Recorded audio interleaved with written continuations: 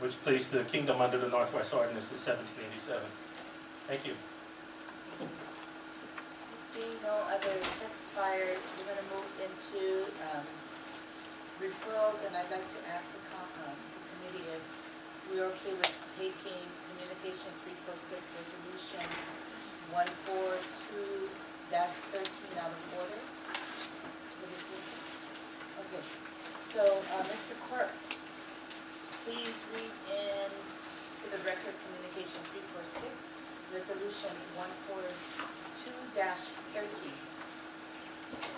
Communication 346, Resolution 142-13, commits to funding the cost items awarded by arbitration to Shopo Bargaining Unit 12 and employees excluded from Bargaining Unit 12 for the contract period July 1, 2011 through June 30th, 2017. From Mayor William P. Canoy, dated July 12, 2013, authorize the appropriation in future years of funds to cover the cost items agreed to between the employers and the State of Hawaii Organization of Police Officers. Cost items presented are across-the-board increases, step movements, and increase in the firearm maintenance allowance and increases in standard of conduct differential pay. May I have a motion to approve Resolution 142-13 and file all related communications? So moved. Second. It's been moved by Councilmember Kern, seconded by Councilmember Kanuha. Discussion? Any discussion? Okay, I just want to say I support this, and I think these people stand with their life for all of us, and I want them to feel that they are basically funded by us, that having really where they have adequate pay means there's decreases any potential for any kind of corruption, for anything, and supports them in a way that underscores our belief and our appreciation for what they do for all of us. Thank you. Councilmember Kern? Thank you, Madam Chair. Yeah, I too support this. It's important that our officers are taken care of. Things are changing out there. It wasn't what it was a few years ago, and everybody's got to have a heightened awareness. And I'm sure it's just that much tougher on the individual officers and the families as well. So I think this is very important, and just really appreciate the service that you guys do, and if you could pass that on to the rest of your colleagues, it's much appreciated from all of you. Councilmember Dio? Thank you, and I wanted to thank both of you for coming forward today and sharing your experiences. And I think this increase in funding will help keep police officers here, and I think that's really important, so we don't lose force members. Thank you very much, and I'll be supporting this as well. Actually, I think it's our job to support what the arbitration decision was. Thank you. Councilmember Ford? Thank you. I will be supporting this. I do have a question. Is there someone in the audience who can explain to us the standard of conduct differential pay? Shoko?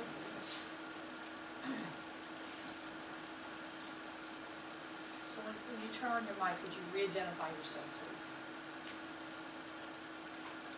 Yes, Councilmember Ford. Tanari Ma'afal. Thank you. Go ahead, sir. Yes, the standard of conduct differential is to compensate officers because we're on call 24/7 and we're held accountable 24/7. If we're off duty, we're obligated to act. We cannot just sit there. And I'll use my incident as an example. In 1999, that shooting I was involved in, I was off duty at the stroke of midnight during New Year's. We know how Hawaii is in celebrating New Year's. I was awakened by neighbors because they know I'm a police officer. That's my mom's house that I was at. They came there to get me. Now, had I not reacted, first and foremost, innocent people probably would have got killed. There's an individual in the middle of the street shooting off his gun and threatening kids. So had I stayed back, I would be brought up for charges for neglect of taking action, cowardice, but I acted. Unfortunately, I had to do it, and that's what every officer would do, the same thing. So unfortunately, like I said earlier, I live with the horror of taking this individual's life, and of course the thought of losing my life and who would take care of my wife. So basically, in a nutshell, the standard of conduct differential is to compensate officers for the fact that we can get terminated and disciplined for actions off duty from not being on the clock. So does every officer get this differential at all times? Yes, ma'am. Hourly pay, it's just part of your pay Correct. on an hourly basis? Yes, ma'am. Okay, thank you very much. Okay, I'm going to be supporting this, of course. I have great respect for the police department. I know everything in the world is not perfect, we all do. But I have to tell you, I have a bias for police officers. I have an acquaintance in Oakland, California that received a gut wound, shot, almost didn't make it. My nephew's a police officer. I have been part of Neighborhood Watch. I've been part of, I've written legislation trying to get police officers, every one of them to have a radio so that they're always covered with the most amount of safety equipment possible. And this is just one more thing that we need to do. This was the arbitration commission's or board's decision. It was an appropriate decision. I'm glad to support it. And I thank all of you for your time in service and for the work you do. And I've watched officers in this county have to go after the bad guys. I've had them get down a creek on my property.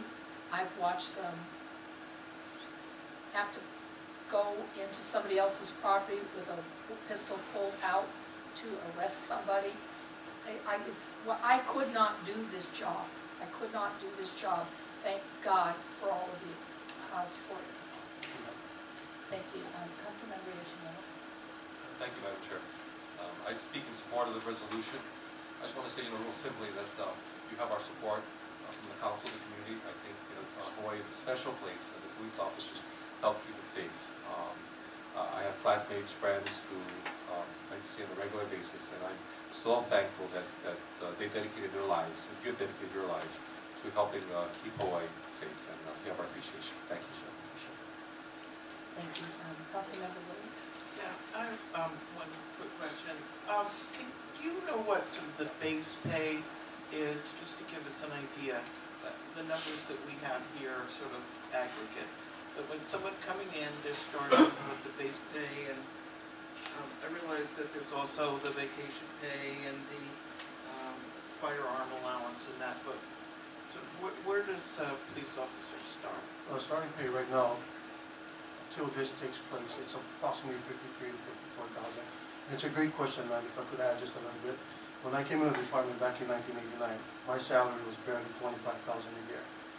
But today, some of you have mentioned it, it's such a good thing now that we'll keep our officers home.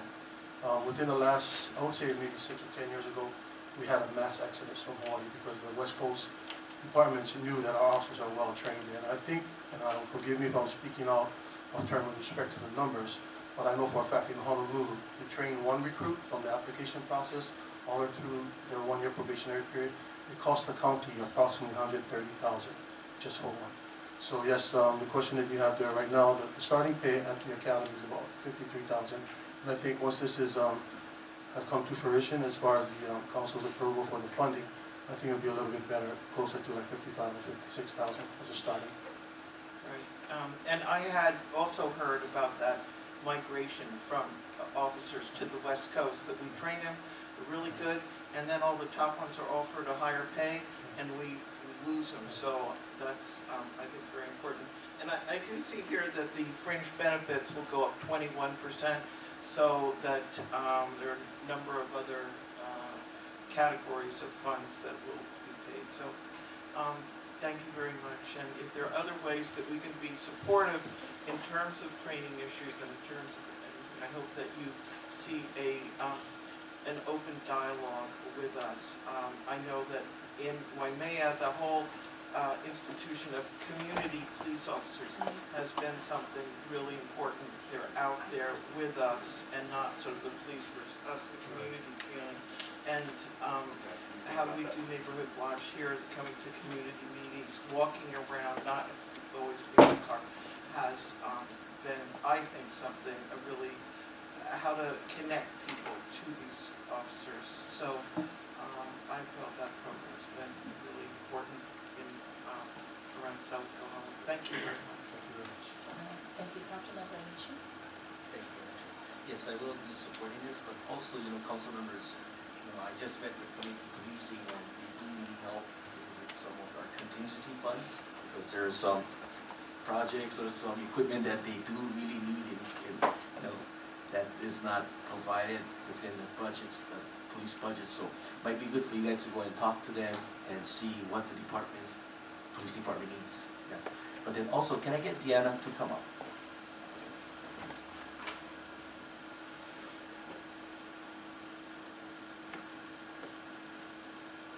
You can introduce yourself.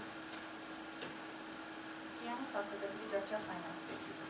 You know, I just wanted to make sure, okay, for the budget for this coming fiscal, did we have this?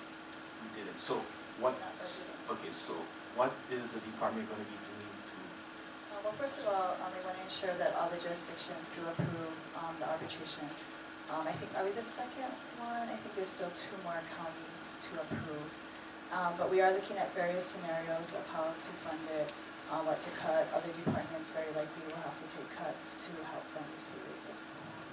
Okay. So I mean, there's not like any like super fund that we could tap off of and not hurt the Not other that department? I'm aware of at this time, but we're looking at all options, we are. So, we don't want to hurt the other departments, so we're looking at a variety of scenarios to be And able then to fund can this. some of like our contingency funds be used to help pay for this up? Everything's on the table, yes. Okay, So, okay, thanks.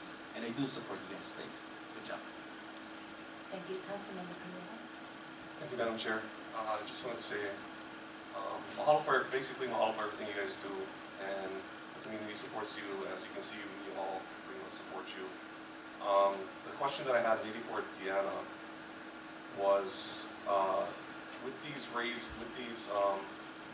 numbers, what, we just in this past budget, we budgeted for new police officers in Puna and Kahu, I think it was. Will we be able to, we all want more police officers in our communities. With these increases, does this keep us from putting more police officers on the ground? I think it's going to be harder in the future because, as you said, it's about 53, 54 to hire a recruit now. And by the end of this, the additional 4 years on this contract, I think it'll be close to 70,000 for each recruit. I hadn't actually crunched the numbers, but it's like between 65 and 70, I would guess, based on the pay raises and the standard of conduct differential. So, it's going to become harder and harder to, hire, to pay that starting salary and hire new officers in each district. Just from a purely financial perspective. Yeah. Thank you. And I support this completely, but just wanted to point out that, it will be difficult to put more police officers. And I'm sure we have a great finance team, can find a way to be able to get more police officers in our communities. But also, I have one more question, but I completely forgot it.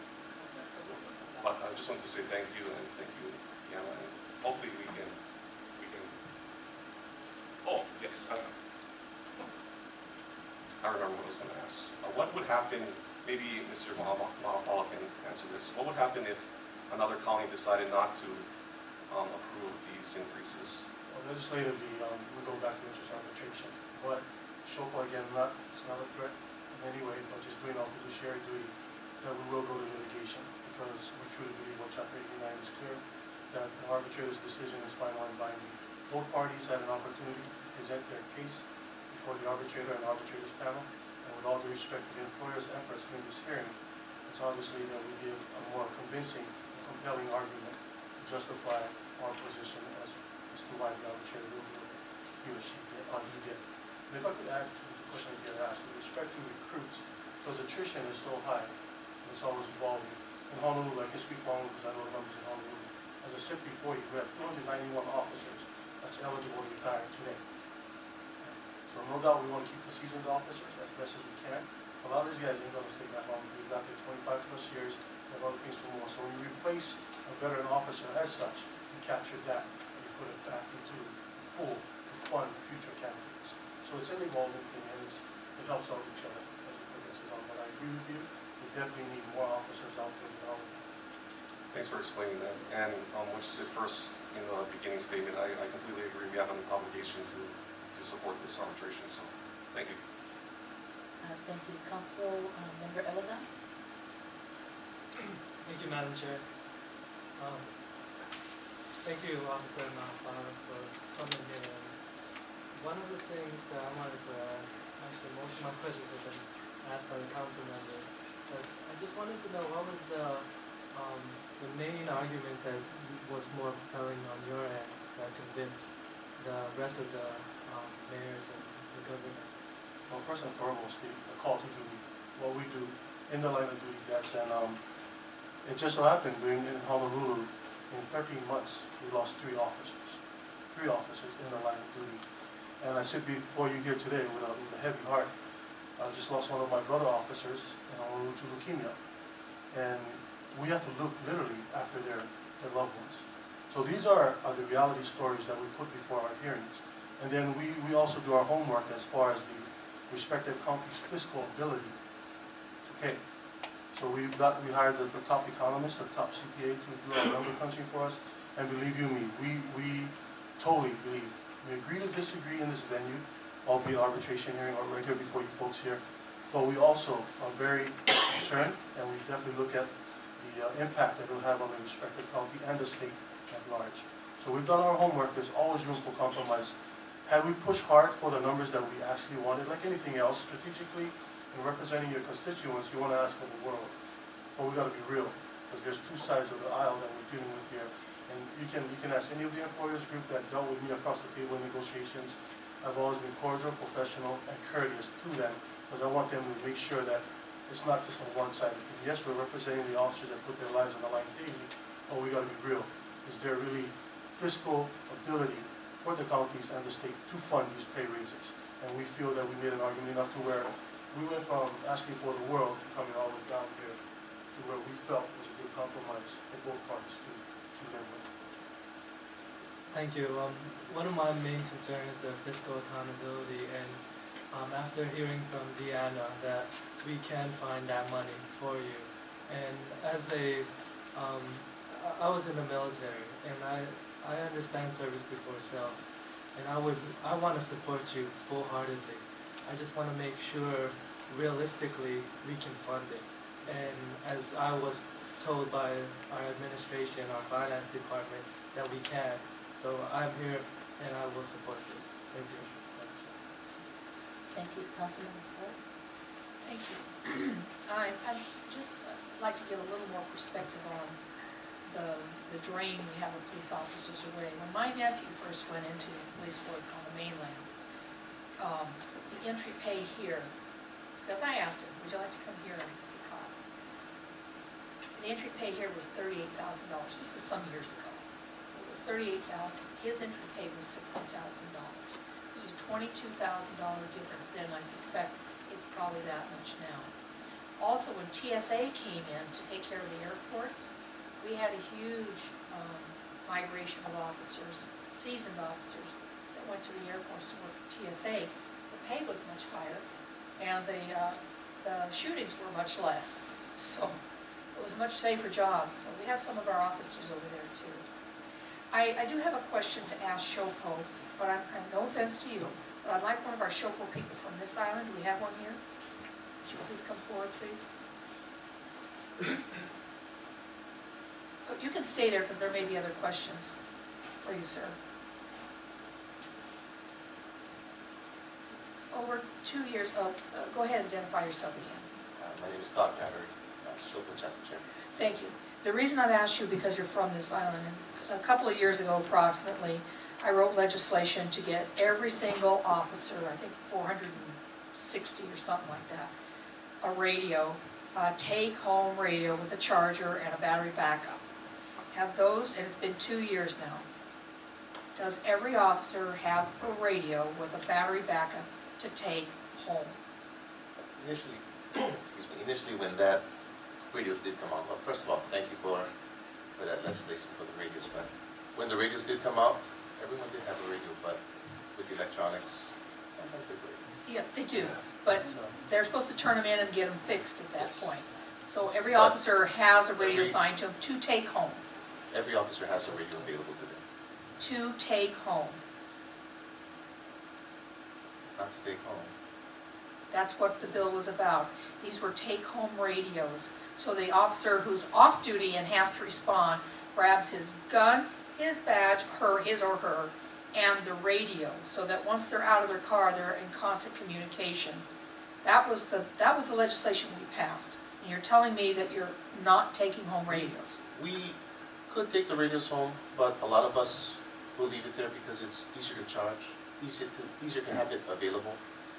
When we're at home, we do have our car radios and we do respond to the district station. So if we wanted to take the radios home, we could take the radios home. But most times we keep it at the station because it's easier to charge and we have a radio shop that can repair it. Okay, here's my concern. I'm sorry I'm going into this, but safety of the officers is number one. That's me. I'm always number one about public safety. And the second group is the public, if they're not safe.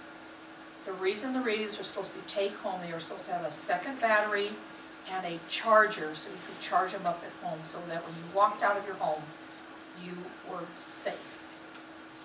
And you're saying that some officers are not taking their things home or they don't have them. Well, Okay, all right, I'm gonna get off of it because I'm not happy.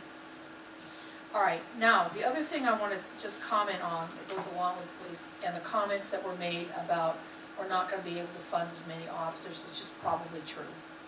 However, I am part of Neighborhood Watch in my area, and we probably need to do more to expand Neighborhood Watch because then we become not the police. That is absolutely not the job of Neighborhood Watch, despite things you may have seen in Florida. It is our job to help the police department provide information if we can, and that's it. We're not the wannabe police officers.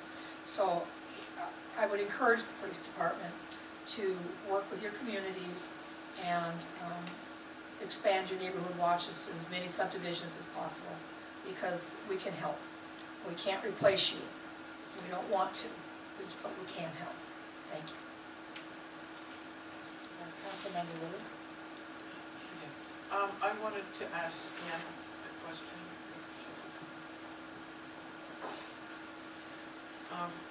My recollection when we were going over the budget and also the increase in property tax, that one of the reasons that we wanted to increase that the carryover revenues were like in the previous year 13 to 15 million, and it was going to be, we were now over at that point 30 million, is that we needed to have maintained this increase for sort of things that might be unknown. And one of the considerations, I thought it was Mayor Noy, but I'm not sure who it was, mentioned such as the prospect of the increase in the Chopo and the arbitration that was going on.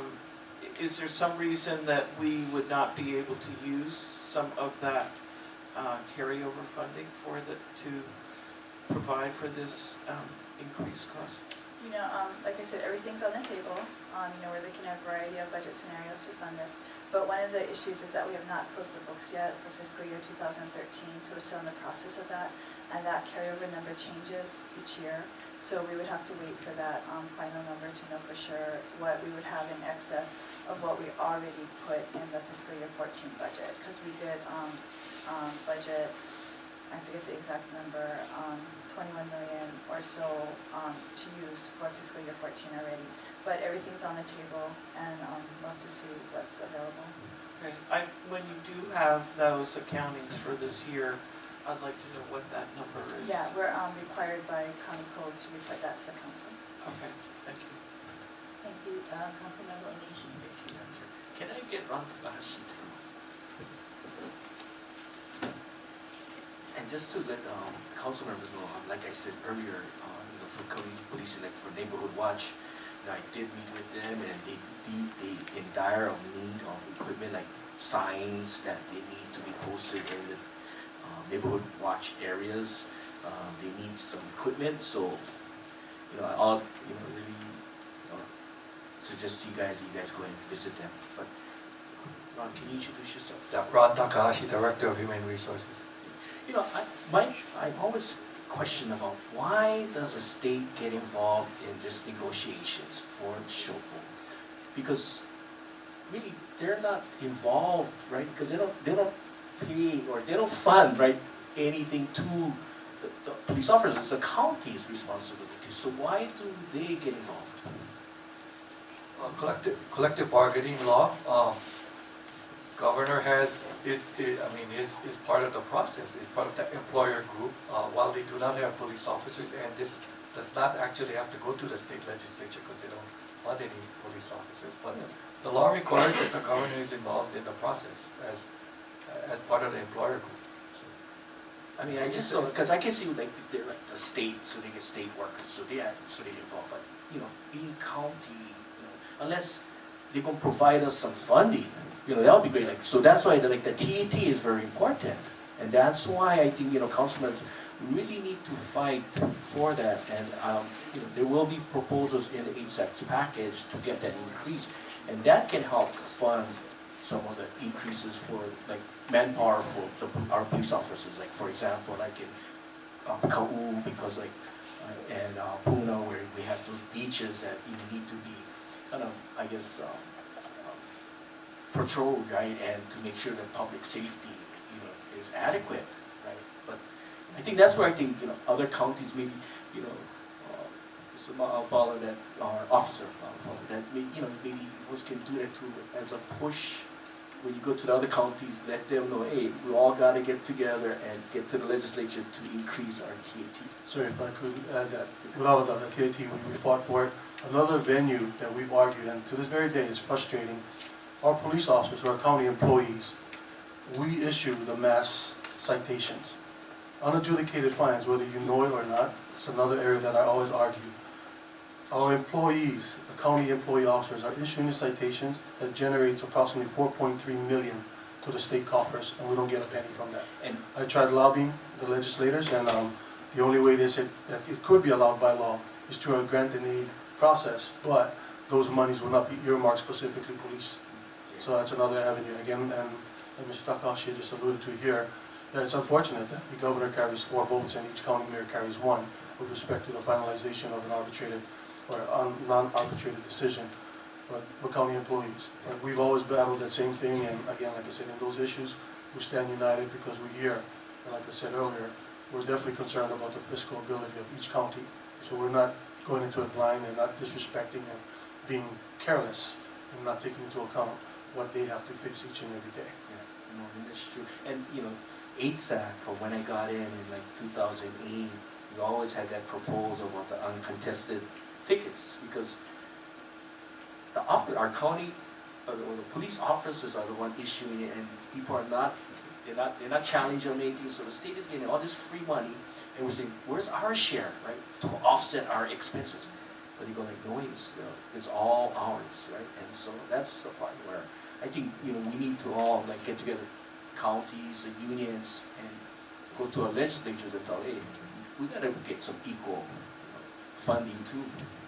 And for example, we just funded the 2 lifeguards down in Honolulu through the fire department, and that had to, because of the raises, we had to do the property tax to pay that. And that's why I was telling the legislatures that that's your responsibility to help us out. Deaf ears, but thank you very much. Councilmember Ford? Does this pay increase cover the sheriffs? Just county employees. Right. So are they in a different bargaining unit from you guys? Yes, they are. They're with HGA. Right, thank you. Councilmember Lee? I just want to say, in the unlikely event that another county doesn't agree to this, I would like you to come back here and allow us to assist in whatever way we can. I mean, this was supposed to be final, binding arbitration, and I don't like it when one other, whatever, is not going along with that. I think you made the point of that you really wanted more, felt you deserved more, but bargained in good faith. And I really believe in that good faith where it is supposed to be final. And it upsets me that there's even a question that this would not go through. So, thank you. Please stay in communication with us. Thank you. Thank you. And I'd just like to say, I just admire any individual who would enter into this field, both female and male, and like Brenda was saying about relatives. I have a lot of female and male relatives, and one who actually got shot and wasn't able to return to the time of duty. So I admire the work that you all do. So I'm going to do a voice vote. All those in favor? Aye. All those opposed? Okay, so Communication 346, Resolution 142-13 moves forward to council with a positive recommendation. Okay, ma'am. Thank you, Councilman. I don't think we need the officers to return to council. Are we okay? So you wouldn't have to come back to the council meeting. Okay? Aloha. Thank you. Okay, so at this time, let's move back to the top of the agenda. Mr. Clerk, can you please read in Communication 3.17? Communication 3.17, report of change orders authorized June 1st through 15th, 2013 from Finance Director Nancy Crawford, dated July 9, 2013, transmitting the above report pursuant to Hawaii County Code Section 2-12.3. May I have a motion to close file on Communication 3.17? So moved. It's been moved by Councilmember Kern and seconded by Councilmember Eoff. Any discussion? Seeing none, voice vote. All those in favor? Aye. All those opposed? So Communication 3.17 is filed. Mr. Clerk, will you please read Communication 3.18 into the record? Communication 3.18, report of change orders authorized June 16th through 30th, 2013 from Finance Director Nancy Crawford, dated July 16, 2013, transmitting the above report pursuant to Hawaii County Code Section 2-12.3. May I have a motion to close file on Communication 3.18? So moved. It's been moved by Councilmember Kern, seconded by Councilmember Eoff. Any discussion? Seeing none, voice vote. All those in favor? Aye. All those opposed? Communication 3.18 is filed. Mr. Clerk, will you please read Communication 7.10 to the record? Communication 7.10, report of transfers authorized July 1st through 15, 2013 from Controller K. Bushiro, dated July 17, 2013. May I have a motion to close file on Communication 7.10? Second. It's been moved by Councilmember Eoff and seconded by Councilmember Kern. Any discussion? Seeing none, voice vote. All those in favor? Aye. All those opposed? Communication 7.10 is filed. Mr. Clerk, will you please read Communication 226.2 into the record? Communication 226.2, fourth quarter claims report for fiscal year 2012-13 from Senior Deputy Corporation Counsel Joseph K. Kamelamela, dated July 3rd, 2013, transmitting the above report pursuant to Section 2-9 of the Hawaii County Code. May I have a motion to close file on Communication 226.2? So moved. It's been moved by Councilmember Kern, seconded by Councilmember Eoff. Any discussion? Seeing none, voice vote. All those in favor? Aye. All those opposed? Communication 226.2 is filed. Mr. Clerk, will you please read Communication 345, Bill 98 into the record, please?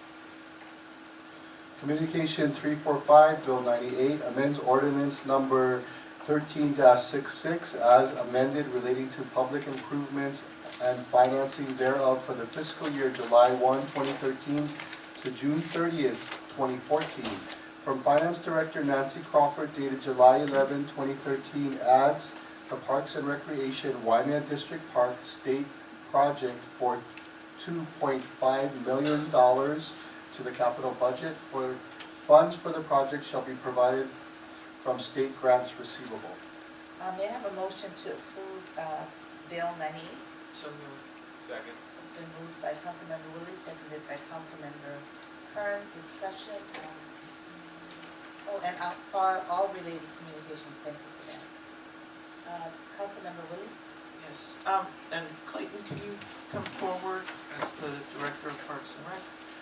And I wanted to say that this park, for the public to know, was promised to the community or the district in 1992 by Richard Smart in his 2020 plan, when Park and Ranch requested the rezoning of approximately 340 acres of prime ag land into commercial and residential zoning. It was along with the Park and Ranch Connector Road and various other requirements. I believe originally it was promised, as with the road, where there would not be a deduction or fair share, in other words, payment. It was promised to the community as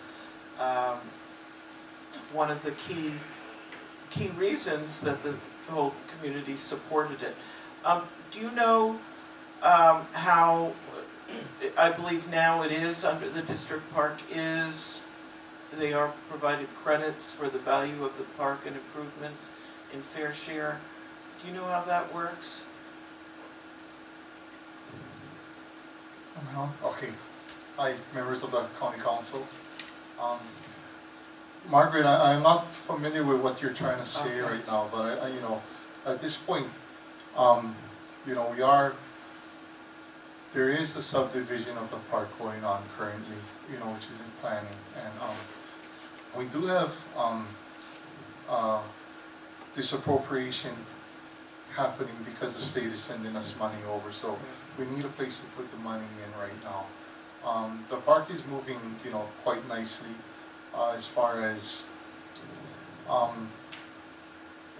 like I said, we know that we have the monies in place going forward to do the plan and the design for the park. Originally, I guess Mel Macy also stated that the master plan was done already, but this is just going forward in having a place for the money from the state. And can you tell us what this, I know originally the proposal was $9 million, and each county and state would each put up $9 million, and I think this is done as sort of a phase one. Can you tell us what do we get for phase one? What will we, in exchange for the state's giving 2.9 and the county 2.9 budgeted, what will we have, and do we have some kind of timeline on that? Yes, we do have the phase that we want to do in phase one includes a football field, covered play court, baseball field, and roads going in. Those are the primary components of the field that we want done going in the first phase of the district park. Again, we have to get through FEMA on the flood zone and taking care of the flood zone area, but outside of that, I think we're going to do, well going forward. So, I mean, that is what we have for the first phase anyway. Right. So my understanding is that the aim is to get this done within this administration. Yes, absolutely. I know you have a lot on your plate. Within 3 years, so, Okay. that's the aim and the goal. Okay, and I just want to reiterate something that Mel Macy brought up of how important it was to have that testimony. I did testify in Honolulu. Mel Macy was there. He's basically been the shepherd to this project. And as Waimea community really worked hard to get the letters in, and it really did make an impact in terms of getting the state funds. So just in terms of for the public and communities, how important it is for your participation, and that you are now seeing the results of that participation. So thank you, Clayton. Thank you. Any other discussion? Councilmember Onishi? Thank you. It's 2.5, yeah? Yeah, 2.5 million. I just wanted to make sure because I was looking like, okay, yeah, good. Great job, man. Any other discussion? Seeing none, we're going to do a voice vote. All those in favor? Aye. All those opposed? Okay, so Bill 98 moves forward to council with a positive recommendation. Move to Mr. Clerk, will you please read communication 347 into the record? Communication 347, tabular summary of bonded indebtedness of the County of Hawaii as of June 30th, 2013, from Finance Director Nancy Crawford dated July 15, 2013, transmitting the above report pursuant to Chapter 47C, Hawaii Revised Statutes.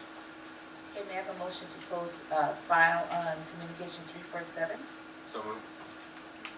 It's been moved by Councilmember Kern, seconded by Councilmember Eoff. Any discussion? Seeing none, voice vote. All those in favor? Aye. All those opposed? Communication 347 is filed. Mr. Clerk, will you please read communication 353, resolution 148-13 into the record? Communication 353, Resolution 148-13 authorizes the payment of funds of a later fiscal year and of more than one fiscal year for a multi-year lease for a large capacity multi-function copier for the Office of the Prosecuting Attorney in Hilo. From Finance Director Nancy Crawford, dated July 18, 2013, authorizes the mayor to enter into a 5-year lease agreement for a multi-function copier at a cost of approximately $1,000 per month. May I have a motion to approve resolution 148-13 and file all related communications? So moved. It's been moved by Councilmember Kern, seconded by Councilmember Eoff. Is there any discussion? Seeing none, voice vote. All those in favor? Aye. All those opposed? Okay, resolution 148-13 moves forward to council with a positive recommendation. Mr. Clerk, will you please read in communication 354, resolution 149-13.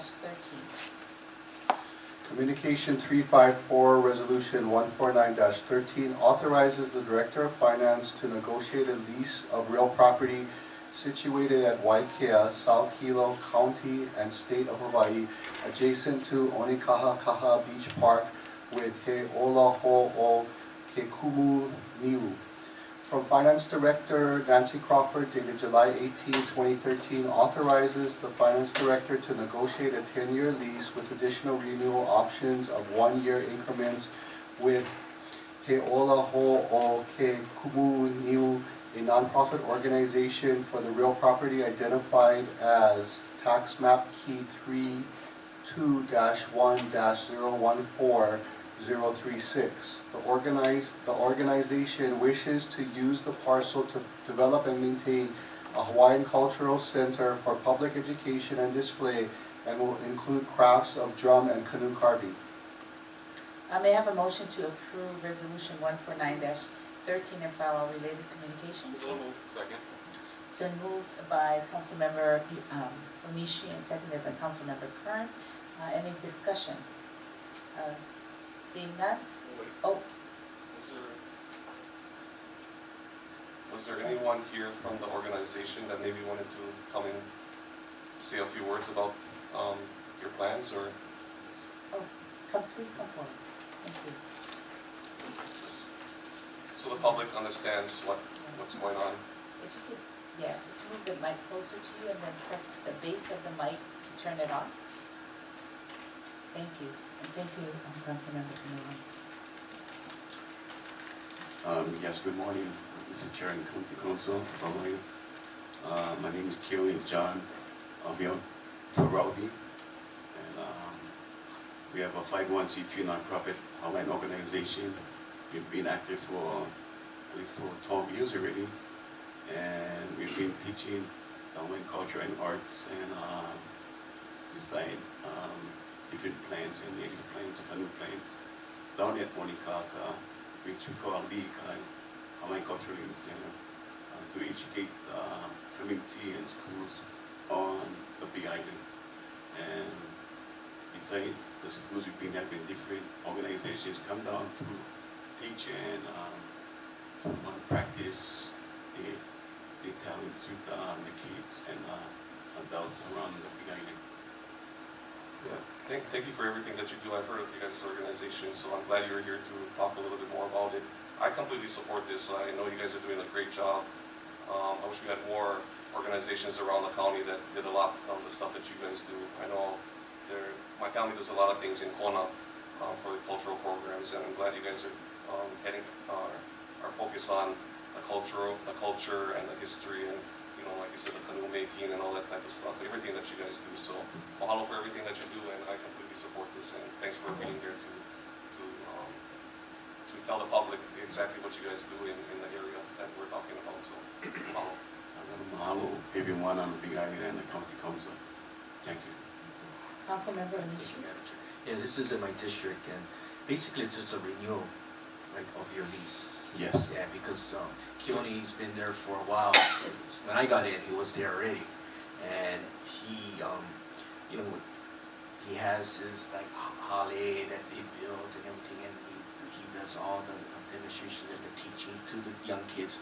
But then also he got them involved in like cleaning that area where they have these ponds, correct?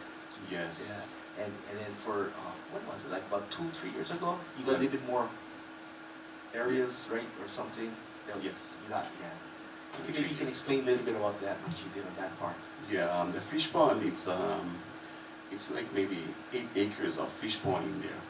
And in the beginning it was all bush and rubbish, trash, and I couldn't believe it, how much had in there. But it took days and a lot of hands to be ready to be clearing up the land and a pond. And since then, when I had Mr. Onishi come down and when they came look at the pond, how nice it was, and said, well, it's just giving time with the hands around we have and to make it like this. And the fish pond, it's hopefully one day I can start more fish in a pond and open it up to the community and open them up to fishing one day a year on the Makihiki Day. But so far, we get so much encroachments coming in and throwing it and laying it, and I'm kicking them out of the pond. And we don't have no fish in there now. But little by little, I try to control as much as I can and talk to those guys and keep them out. Yeah, Keone, you're doing a great job down there. And so, you know, encourage councilors, if you both are in that area, down in Onikaka Beach, stop by and go and check them out. Thank you. Thank you for your guys' support. Thank you. Any other discussion? Seeing none, voice vote, all those in favor? Aye. All those opposed? Okay, resolution 149-13 moves forward to council with a positive recommendation. Thank you. Thank you so much for your time. Mr. Clerk, will you please read in Communication 355, Bill 100 to the record?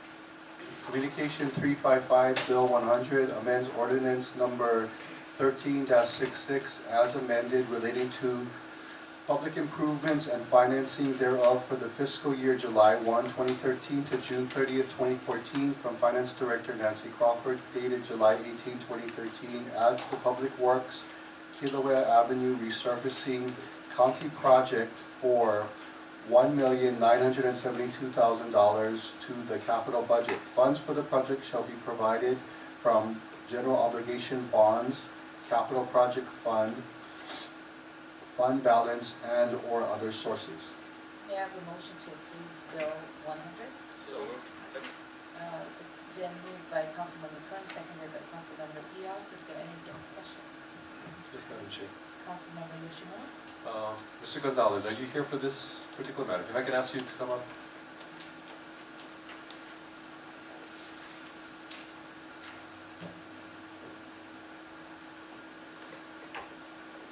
You can just identify yourself and I'll just ask you.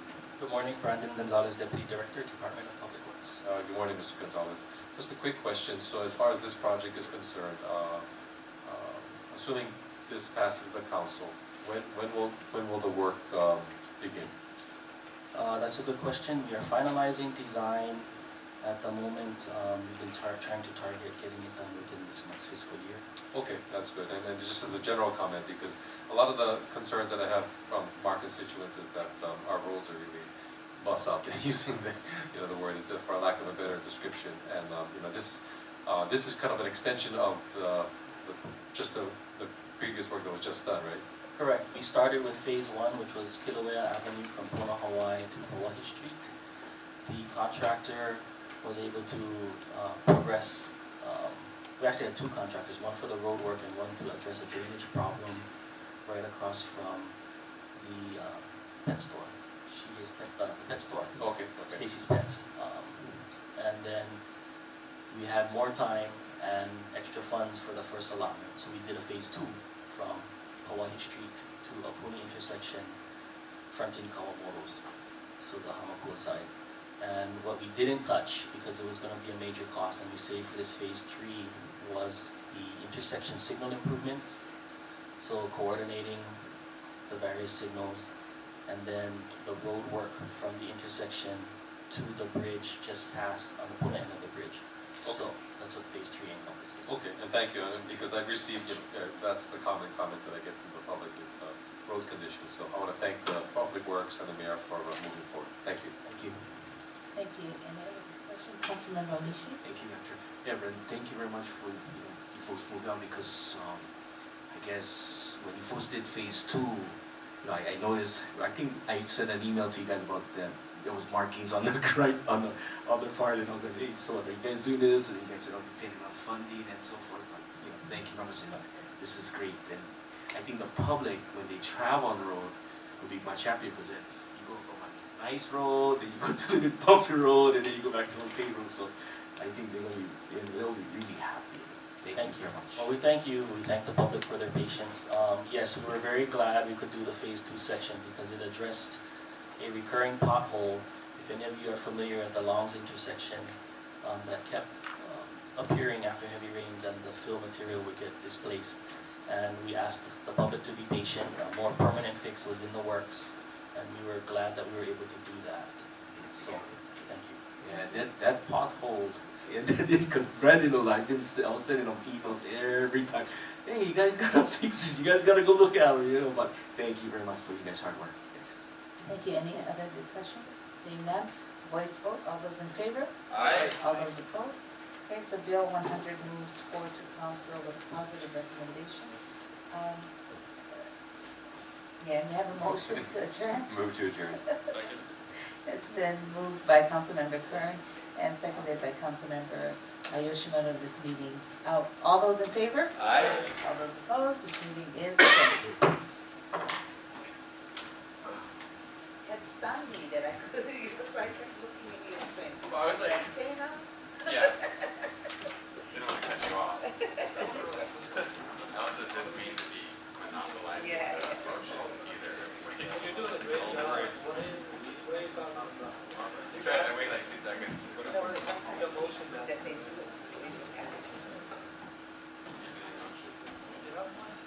And I see your, where do you want your museum trip? I did. I just think we just go to changes. I decided not to either post blue or green. The key was blue. Oh, yeah, not that. Looking at Kauai. No, Kauai, they had the, blue's on this. Bars, nothing. On Kauai, it was something. That's what their colors were. Thank you for that. The pro guys. It doesn't,